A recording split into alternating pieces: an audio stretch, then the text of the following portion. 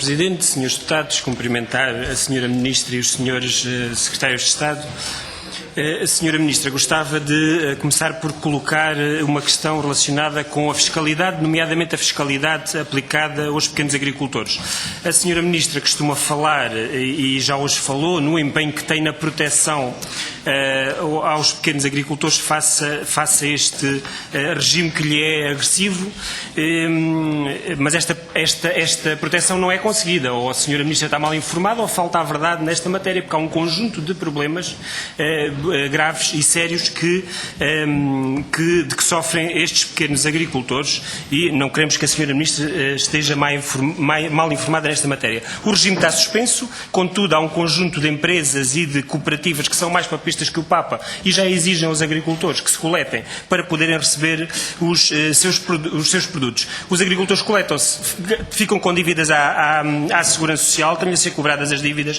Por outro lado, estão limitados no acesso ao investimento e nas candidaturas que fazem, não conseguem fazer as candidaturas porque têm dívida à Segurança Social, perdem o direito, por exemplo, à taxa moderadora quando deslocam os serviços de saúde, é suspenso o cartão de gasóleo no acesso ao gasóleo agrícola. Isto são tudo implicações que tem este regime. Ou até um caso que nos era descrito do agricultor que declarou 1.300 euros de rendimento anual e por essa via foi cortada à esposa o apoio solidário para idosos e teve uma perda mensal de 200 euros, muito maior do que aquela que foi o seu rendimento. Conhecemos aquilo que são as dificuldades de faturação, quer por muitos dos produtos que são faturados, o preço é fixado a posteriori, o caso do leite, do vinho, do azeite, ou até a especificidade, como no caso do azeite, em que o pagamento é feito à maquia e por isso dificulta tudo dificulta este processo. Por isso, o Governo tem feito, o regime não tem entrado em vigor. O que gostávamos de saber é, está a finalizar mais uma prorrogação,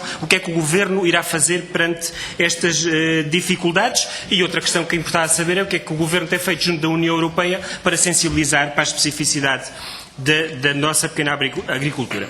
Outra questão que gostava de colocar à Sra. Ministra foi uma matéria que a Sra. Ministra não falou, que é a empregabilidade na agricultura. Por acaso falou-se nas exportações e até é uma matéria conexa, porque o Governo durante muito tempo falou nas exportações e na empregabilidade da agricultura, nos empregos que a agricultura criava como o demonstrativo dos sucessos da sua política.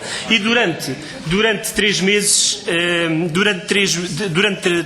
um semestre, a senhora Ministra e o grupo parlamentar do PSD e principalmente o CDS falaram nos empregos que foram criados na agricultura. Ora, os últimos dados dizem-nos que há uma redução. No último trimestre de 2004 há uma redução homóloga de 11% de empregos na agricultura e entre trimestres uma redução de 10%. Por isso há aqui uma redução clara de emprego. Para além disso, a população empregada, se tivermos em conta as médias anuais, temos isto. Temos desde 2010... ou seja, ainda no tempo do anterior Governo, desde 2010 até agora, há menos 94.100 empregos na agricultura. Isto também, a não ser que a Sra. Ministra também conteste aqui o Instituto Nacional de Estatística. Gostávamos de ter uma opinião sobre isto. Outra das questões é a questão do apoio aos jovens agricultores. A Sra. Ministra respondeu-nos a uma pergunta que tínhamos colocado ao Ministério.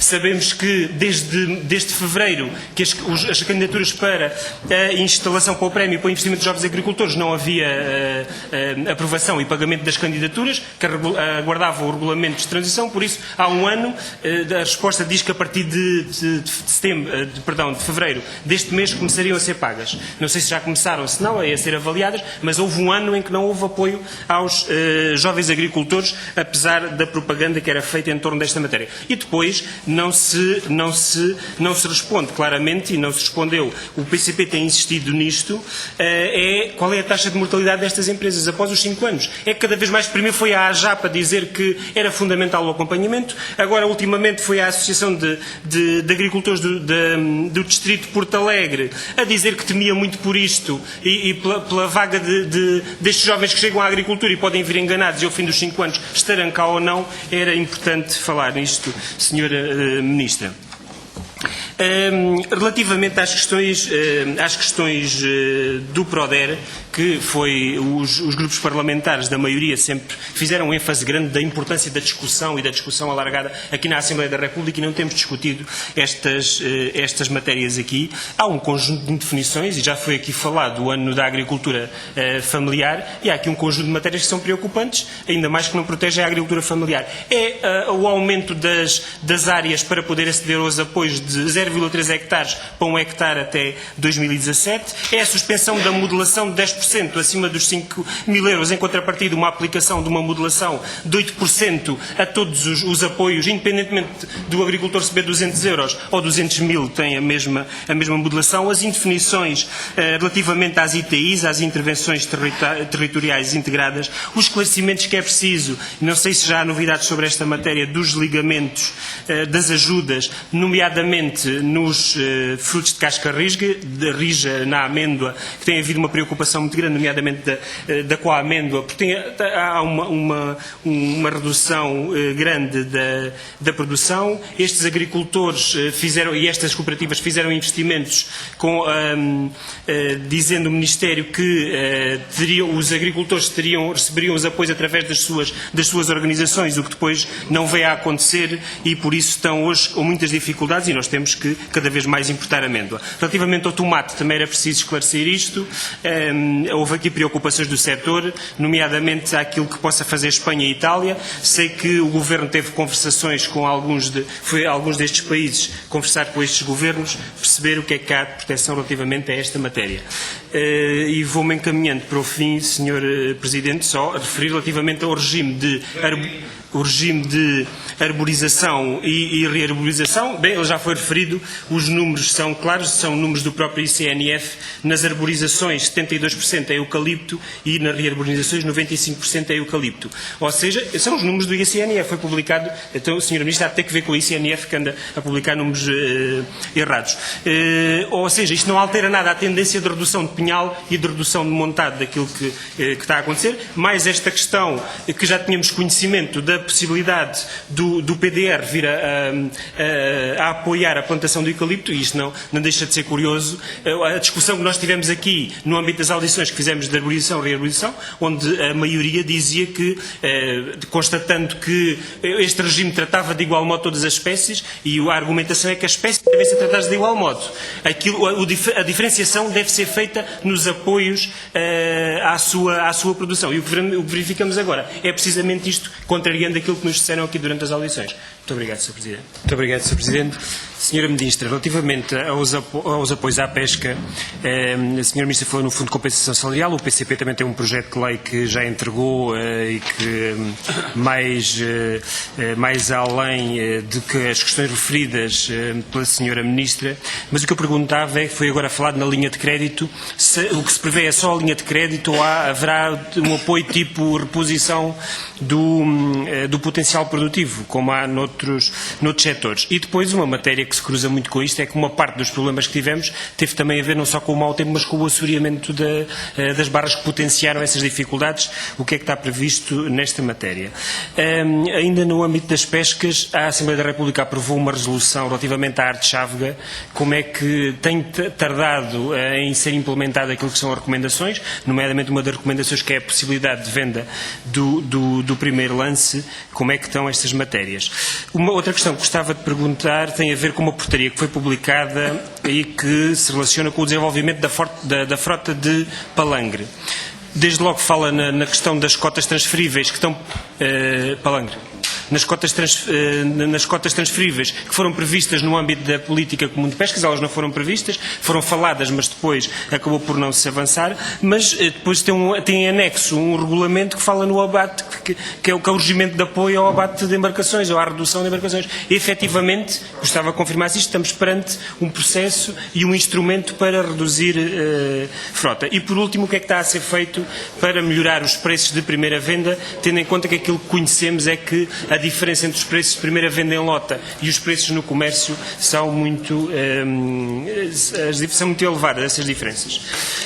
Gostava de colocar ainda mais umas questões relacionadas com a agricultura e só referi que a Sra. Ministra disse que há mais produtividade e há mais rendimento, mas também há menos distribuição de rendimento, porque cada vez mais, nomeadamente nas áreas onde tem havido crescimento, em Alqueva, isso também acontece no Douro, vem para cima da mesa constantemente as notícias sobre exploração laboral, até sobre tráfico de seres humanos em algumas associadas a algumas destas produções. Era importante que o Ministério fizesse alguma coisa relativamente a esta matéria. A senhora falou já aqui em acabar com as práticas abusivas. É verdade que não foi relativamente ao trabalho, mas era importante também relativamente ao trabalho elas se acabassem. Relativamente à Casa do Douro já foram colocadas algumas questões. É interessante ver que os mercados funcionam sempre para o mesmo lado. É que numa altura em que houve um aumento do preço dos vinhos e um aumento da produção, o pagamento aos produtores reduziu em cerca de 100 euros a pipa do vinho a beneficiar. E era importante também perceber qual é a avaliação afinal que vai ser usada para fazer o saneamento financeiro. É que temos uma avaliação de 93 milhões, a do IVDP, tivemos uma de uma peritagem de tribunal também recente de 130 milhões, agora a da UTAD parece que é 107 milhões, não sei se a Sra. Ministra ou o Sr. Secretário de Estado pode confirmar isto e começa a ser difícil perceber. E depois os seguros que os vinhos estão sujeitos, estes não foram alterados e é um valor muito acima disto tudo. E acima de tudo é perceber com a passagem da Casa do Douro à associação privada, quem é que vai defender os interesses dos pequenos produtores face às grandes empresas que fazem o comércio e fazem a exportação, que têm uma capacidade de pressão logicamente diferente. E termino, Sr. Presidente, colocando uma questão relativamente ao Alqueva. A Sra. Ministra referiu que o que estava disponível para o Alqueva, os valores é aquilo que tem em Orçamento de Estado, são 13 milhões. Eu gostava de saber se está tudo... O que tem em Orçamento de Estado são 13 milhões de transferência para a EDIA. Gostava de, então, a Sra. Ministra, se pudesse clarificar, e em termos de fundos comunitários, o que é que está, se já está tudo definido. Muito obrigado, Sr. E, acima de tudo, se o alargamento dos perímetros, os 120 mil hectares, que é possível serem alargados, o Ministério assumiu isso em algumas fases, que podíamos ir para além dos 120 mil hectares, uma vez que estávamos a consumir menos água que o previsto, se isto também está previsto no âmbito do próximo quadro ou não, no financiamento que estará previsto. Muito obrigado, Sr. Sr. Presidente, gostava de começar a colocar uma questão relativamente à taxa de segurança alimentar e o pagamento às OPPs, como é que está este processo dos pagamentos em atraso, o que é que já foi recuperado ou não, o pagamento às organizações de produtores pecuários, e se já foi alterado aquele procedimento de pagamento aos laboratórios das organizações, em que o Estado escrevia às organizações a dizer-lhe para não cobrarem, para não emitirem as faturas, contrariando aquilo que era a legislação do IVA, se isso efetivamente já foi alterado ou não. Gostava também de saber, relativamente ao relatório da condição de aplicação e gestão integrada das pragas no âmbito da sustentabilidade dos pesticidas, o Comissário Europeu respondeu ao grupo parlamentar do PCP a dizer que Portugal era um dos 3 Estados que não tinha apresentado relatório. Isto recentemente, já este ano, no princípio deste ano, gostava de saber mais alguma coisa relativamente a isto. Outra questão era relativamente à taxa de contribuição audiovisual. Alguns agricultores está-lhe a ser cobrado taxa, têm o contrato com a EDP para o furo de rega e cobram-lhe taxa de audiovisual. A legislação foi alterada, mas entretanto nós colocámos a questão ao Ministério da Agricultura e o Ministério diz que não tem nada a ver com isso. Que isto é com a EDP, com a entidade reguladora e que o Ministério lava as mãos deste processo. Gostava de saber se isto é a resposta que temos. Diz que não tem nada a ver, o IFAP só tem o compromisso de garantir que se os agricultores têm ou não direito a essa isenção. E depois não se acompanha. Gostava ainda de colocar relativamente aos agricultores e uma questão que o grupo parlamentar do PCP tinha colocado relativamente a incêndios na Guarda e no Vale do Alto Mondego. O Ministério diz que não há condições de elegibilidade para apoiar estes agricultores, que está feito o levantamento por parte da Direção Regional de Agricultura, mas não há condições de elegibilidade. E isto, foi feito o levantamento e agora não recebem apoios. É um conjunto de pequenos agricultores e também nos parece estranho, aliás, eles pediram para serem ouvidos aqui na Comissão. Por último, só um comentário da Sra. Ministra. Nós colocámos a pergunta por escrito e ela está dentro ainda do prazo, mas é relativamente aos concursos da CRESAP, os concursos que foram feitos para diretores gerais e para diretores dos institutos, foram, através do concurso, tomaram posse todos aqueles que já tinham sido nomeados pelo Governo anteriormente. Ainda está a tempo depois de me responder por escrito, podia querer fazer algum comentário relativamente a essa matéria. Muito obrigado.